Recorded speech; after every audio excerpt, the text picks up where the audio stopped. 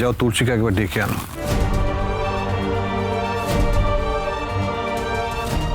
প্রতাপবাবু, আপনি আপনার মেয়ের সঙ্গে দেখা করুন, কথা বলুন, কিন্তু মেয়েকে আপনার বাড়িতে এখন নিয়ে যেতে পারবেন না। সে কি কথা? আমার বাড়িতে আমার নিজের মেয়েকে নিয়ে যেতে পারবো না? মন্ত্রীমশাই, আপনার কেমন বিচার? আমি কোনো বিচারের কথা বলছি না। অগ্নি তুলসী আবার এক হয়ে গেছে। এই বাড়িতে এখন তুলসী অগ্নির স্ত্রী।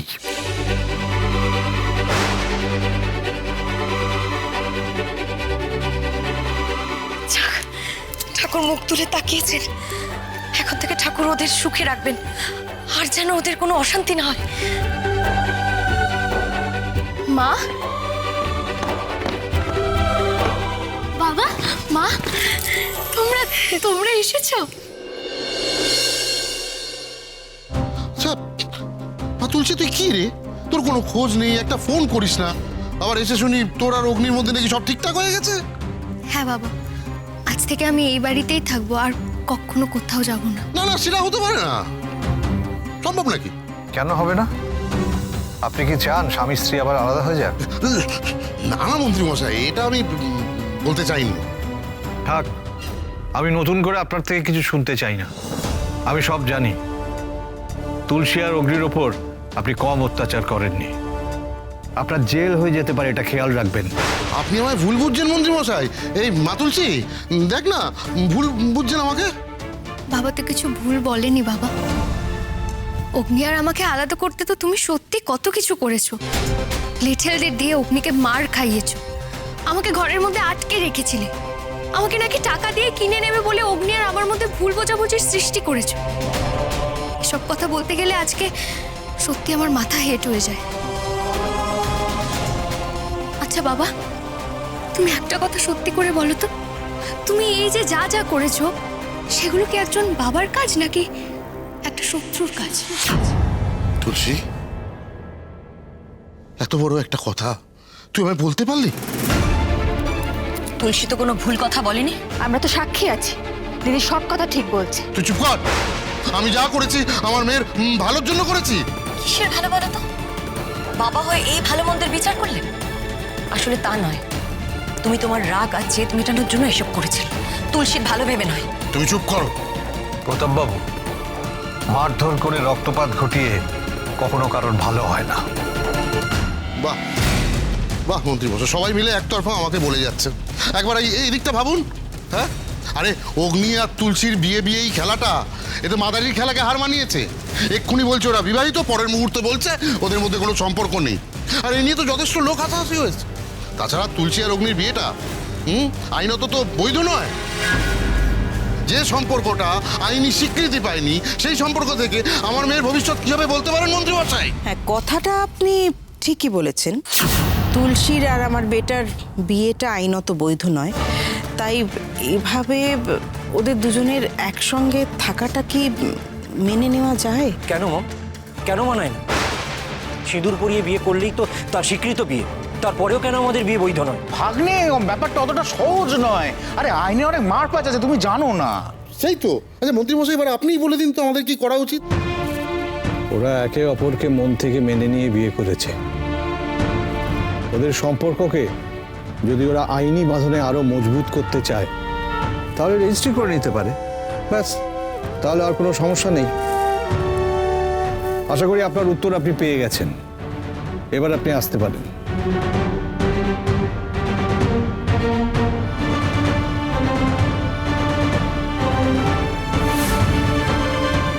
আমাকে এভাবে অপমান করে তাড়িয়ে দেওয়া হলো তো?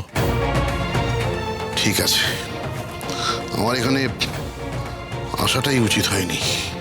তবে একটা কথা মাথায় রাখিস, এরপরে যদি অগ্নির সঙ্গে কোনো রকম ঝামেলা করে এই বাড়ি থেকে বেরিয়ে যাস, তুই ভুলেও আমার বাড়িতে পা রাখতে আসিস না। আগের বার তোকে আমার বাড়িতে জায়গা দিয়ে আমি ভুল করেছি, কিন্তু আর সেই ভুল আমি করব না। ওই বাড়ির দরজা তোর জন্য বন্ধ।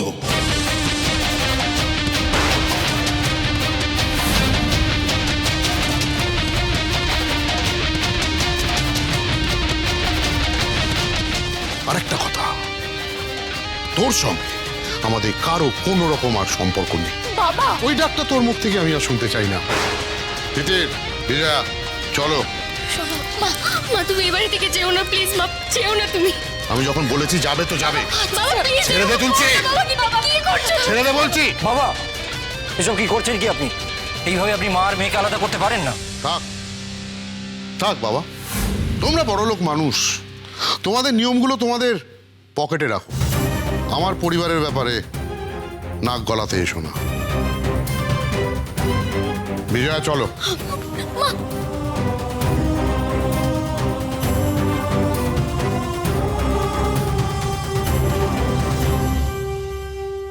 বৌদি ভাইয়ের সঙ্গে তিতিরদের যদি কোনো যোগাযোগই না থাকে তাহলে ওর সঙ্গে আমি দেখা করব কিভাবে? তিতির তো আর এই বাড়িতে আসবে না। ডেরামাবার তুলসী পাতাটা আমাদের হাউজের কুল কন্ডিশনটাকে হটেশ কন্ডিশন করে দিল। এই নিয়ে আর একটাও কথা হবে না, যে যার কাজে যাও।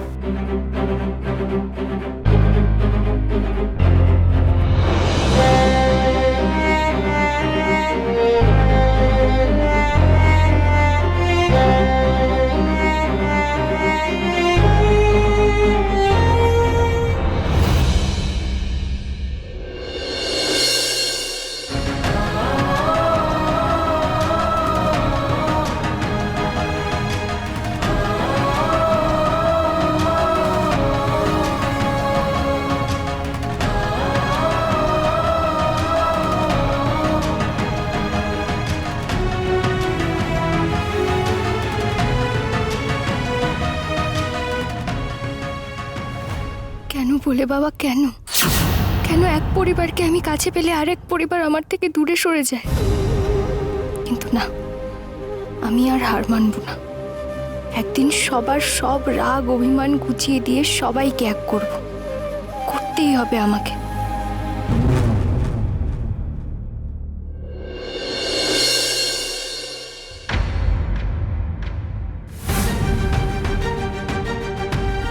তুলসী আমাকে অনেক কষ্ট দিয়েছে, আমাকে অকারণে দূরে ঠেলে সরিয়ে রেখেছে। এবার আমি ওকে দূরে সরিয়ে রাখবো, কিছুতেই ওকে আমার সঙ্গে ঘুমোতে দেবো না, কিছুতেই না।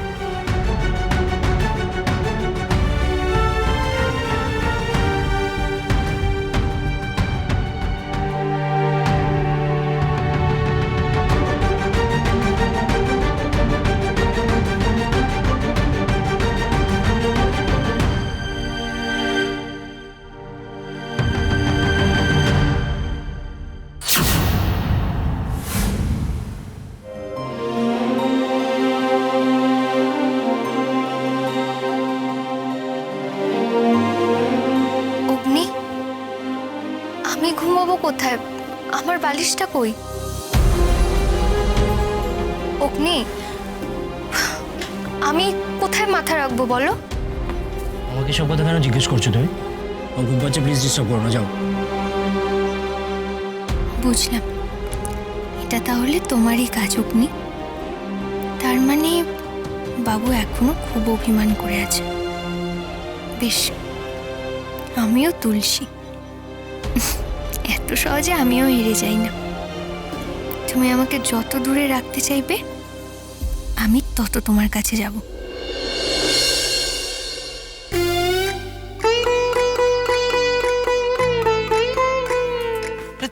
তুলসী কি করছো নাকি তুমি?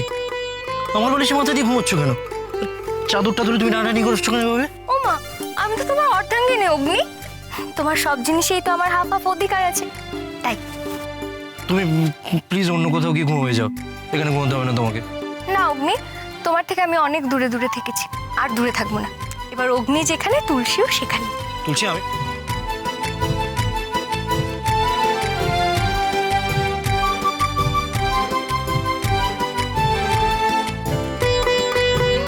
তুলসী আমি কি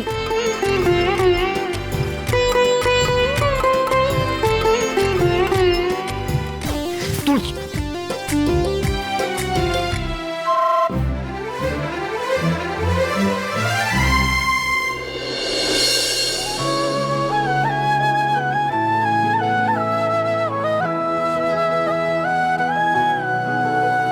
কেন আজ মনে হয় কিভাবে তারারা সব সব চুপচাপ ভাঙেনি এখনো কারো ঘুম, সেই সীমানায় অভিমান পিছুটান সব এসেছি রেখে দূরে। গোটা বিছানাটা ধরে তুমি শুয়ে থাকো, আমার দরকার নেই।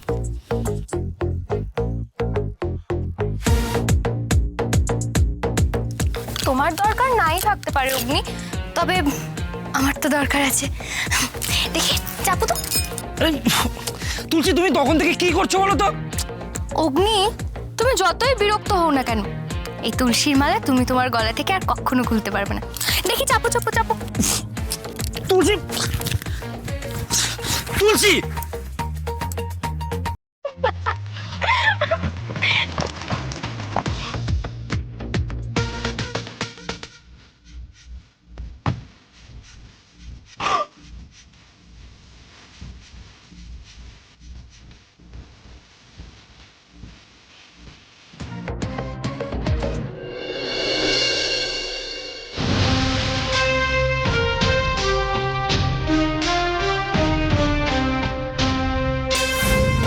দিদি কি ব্যাপারে এত রাতে ঘুমোতে না গিয়ে দাবা খেলছিস? খেলা তো এখনো শেষ হয়নি বুকি, নতুন করে খেলা আবার শুরু হয়েছে। এখনই যদি আমি আমার চালগুলো ঠিক মতো সাজাতে না পারি তাহলে এই খেলাতে হাঁটতে আমাকে হবে। আর টকিং দি ভাই, আমার হেডের অবধিও তো চলে গেল। হ্যাঁ দিদি, তুই যে কি বলছিস মাথা বন্ধ কিছুই বুঝতে পারছি না, একটু খোলসা করে বলবি? অগ্নি আর তুলসী আবার এক হয়ে গেছে ঠিকই, কিন্তু যতক্ষণ না ওদের রেজিস্ট্রি ম্যারেজ হচ্ছে ততক্ষণ ওদের বিয়েটা আইনত স্বীকৃতি পাচ্ছে না। আর একবার যদি ওদের রেজিস্ট্রি ম্যারেজটা হয়ে যায় তখন কিন্তু আর আমি তুলসীকে বাড়ি থেকে তাড়াতে পারবো না। তার উপর আবার অগ্নির সমস্ত সম্পত্তির ওপর তুলসীর অধিকার জন্মে যাবে। কাজেই যে করে হোক ওদের রেজিস্ট্রি ম্যারেজটা আটকাতে হবে বুকি। দি ভাই, হোয়াট প্রসেসে তুমি রেজিস্ট্রিটা আটকাবে? বুকি, তোকে একটা কাজ করতে হবে। আমাদের উকিলকে ফোন করে বলবি যে অগ্নি তুলসী যদি রেজিস্ট্রি ম্যারেজের কথা বলে তাহলে যেন সেটা জানার পরেই ও আগে আমাকে জানায়। না মানে আমি বলতে চাইছি কি যে যদি একটু দেরি হয়ে যায় তাহলে তো অগ্নি আর তুলসী উকিলকে জিজ্ঞেস করবে। হ্যাঁ সে তো জানি, কিন্তু এই রেজিস্ট্রি ম্যারেজের আগেই তুলসীকে এই বাড়ি থেকে বিদায় করতে হবে। প্রয়োজন হলে অগ্নির জীবন থেকে তুলসীর নামটা মুছে ফেলতে হবে, যাতে এই রেজিস্ট্রি ম্যারেজের কোনো প্রশ্নই না ওঠে। না, ঠিক আছে, কিন্তু সেটা কিভাবে? তুলসীও না এমন সময় উড়ে এসে জুড়ে বসলো। তা একটা না একটা উপায় তো বার করবই, দেখছি।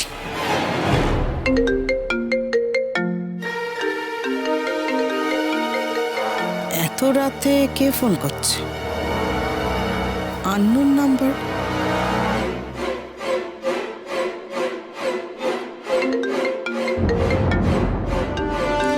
কে এত রাতে ফোন করে যাচ্ছে আননোন নাম্বার থেকে? দি ভাই, তুমি রিসিভিং করেই একবার দেখো না। Hello, who speaking? হ্যালো, আরে কে এই অসময় ফোন করে ডিস্টার্ব করছেন? হ্যালো, দুধ?